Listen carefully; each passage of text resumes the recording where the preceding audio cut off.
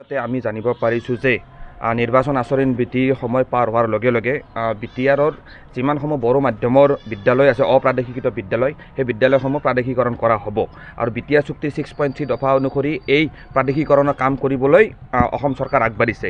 প্ৰথম ক্ষেত্ৰত আমি ABMCয়ে বিটিআৰ অঞ্চলৰ বড়ো মাধ্যমৰ যিসমূহ অপ্ৰাদেশিকৃত বিদ্যালয় আছিল সেই বিদ্যালয়সমূহ বিটিআৰ চুক্তিৰ 6.3 দফা অনুসৰি যি প্ৰাদেশিকৰণ কৰিবলৈ আগবাঢ়িছে এই কাৰ্যক আমি স্বাগতম জনাইছোঁ। কিন্তু এই ক্ষেত্ৰত আমি ABMCয়ে স্পষ্টভাৱে অসম চৰকাৰক দৃষ্টিগোচৰ কৰিব বিচাৰিছোঁ যে 2020 চনৰ 27 জানুৱাৰী তাৰিখে স্বাক্ষৰিত হোৱা বিটিআৰ চুক্তিৰ 6.3 দফাত স্পষ্টভাৱে উল্লেখ আছিল যে government of Assam will initiate measures to provincialize schools and colleges established in BTAD।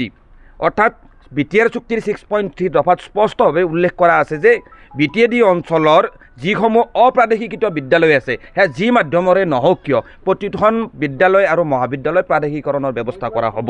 কিন্তু এই ক্ষেত্ৰত চৰকাৰে সিদ্ধান্ত লৈছে যে একমাত্ৰ বড়ো মাধ্যমৰ বিদ্যালয়সমূহ প্ৰাদেশিকৰণ কৰা হ'ব। বড়ো মাধ্যমৰ সকলো বিদ্যালয় মহাবিদ্যালয় প্ৰাদেশিকৰণ কৰক, তাত আমাৰ সহযোগিতা থাকিব, স্বাগতম থাকিব। কিন্তু তেনেকুৱা সময়তে অসমীয়া মাধ্যমৰ অপ্ৰাদেশিকৃত বিদ্যালয়সমূহ প্ৰতি কিয় ইয়াত কৰা হ'ল, চূড়ান্তভাৱে বঞ্চনা কিয় কৰা হ'ল, এই প্ৰশ্ন আমি অসম চৰকাৰৰ সন্মুখত উত্থাপন কৰিছোঁ। এই প্ৰশ্ন আমি বিটিআৰ চৰকাৰৰ সন্মুখত উত্থাপন কৰিছোঁ। আজি আপোনালোক আটাই জানে যে এই বিটিআৰ অঞ্চলটোত বিভিন্নসমূহ অপ্ৰাদেশিকৃত বিদ্যালয় আছে। অপ্ৰাদেশিকৃত ভেঞ্চাৰ বিদ্যালয়ৰ মহাবিদ্যালয় শিক্ষকসকলে আজি দীৰ্ঘদিন ধৰি এই বিদ্যালয়সমূহ প্ৰাদেশিকৰণ কৰাৰ দাবী লৈ আন্দোলন কৰি আহিছে। আমি ছাত্ৰ সংগঠনসমূহেও বিদ্যালয়সমূহ মহাবিদ্যালয়সমূহ প্ৰাদেশিকৰণৰ দাবী লৈ ইতিমধ্যে ধাৰাবাহিকভাৱে আমি আন্দোলন কৰি আহিছোঁ। আমি কথাসমূহ কৈ আহিছোঁ আৰু এটা কথা স্পষ্ট, ষষ্ঠ শ্ৰেণীৰ পৰা স্নাতক শ্ৰেণীলৈকে বিশেষকৈ নামভৰ্তিৰ সময়ত আমি দেখিবলৈ পাই আহিছোঁ এটা ছাত্ৰ সংগঠন হিচাপে যে প্ৰতিটো বছৰে নামভৰ্তিৰ ক্ষেত্ৰত বিশেষকৈ চৰকাৰী খণ্ডৰ বিদ্যালয় আৰু মহাবিদ্যালয়সমূহত ছাত্ৰ ছাত্ৰীসকলে সীমিত আসনৰ বাবে লিমিটেড ছিটৰ বাবে তীব্ৰ এক অসুবিধাৰ সন্মুখীন হয়, যাৰ পৰিণতিত বাধ্য হৈ বহুতো ছাত্ৰ ছাত্ৰী ব্যক্তিগত খণ্ডৰ বিদ্যালয়লৈ ঢাপলি মেলিব লগা হয়, ব্যক্তিগত খণ্ডৰ মহাবিদ্যালয়ত ঢাপলি মেলিব লগা হয় আৰু আৰ্থিকভাৱে দুৰ্বল একাংশ ছাত্ৰ ছাত্ৰীয়ে আধাতে শিক্ষা সামৰিবলৈ বাধ্য হয়।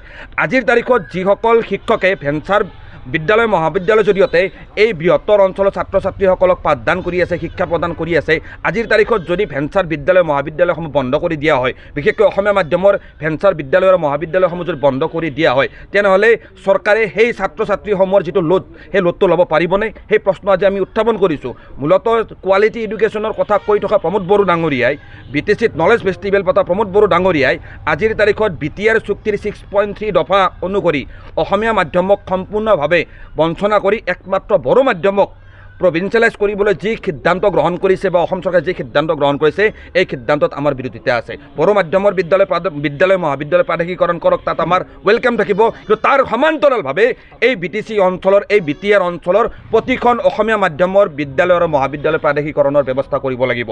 আজি প্ৰমোদ বড়ো ডাঙৰীয়া নেতৃত্বাধীন BTC চৰকাৰ আৰু অসম চৰকাৰে যদি ভাবিছে যে বিটিআৰ অঞ্চলত তেখেতসকলে যিকোনো সিদ্ধান্ত গ্ৰহণ কৰিব, সেই সিদ্ধান্তৰ বিৰুদ্ধে কথা কোৱা সংগঠন ইয়াত নাথাকিব, কথা কোৱা মানুহ নাথাকিব। কিন্তু স্পষ্ট কথা, ABMCয়ে স্পষ্টভাৱে চৰকাৰৰ এনেকুৱা ভুল নীতি সমাজখনক আজিৰ তাৰিখত বঞ্চনা কৰিব পৰা, বিশেষকৈ অসমীয়া মাধ্যমৰ বিদ্যালয়ক ইয়াত বঞ্চনা কৰিব পৰা এনেকুৱা ধৰণৰ সিদ্ধান্ত ল'লে সেই সিদ্ধান্তৰ বিৰুদ্ধে প্ৰতিবাদ হ'ব।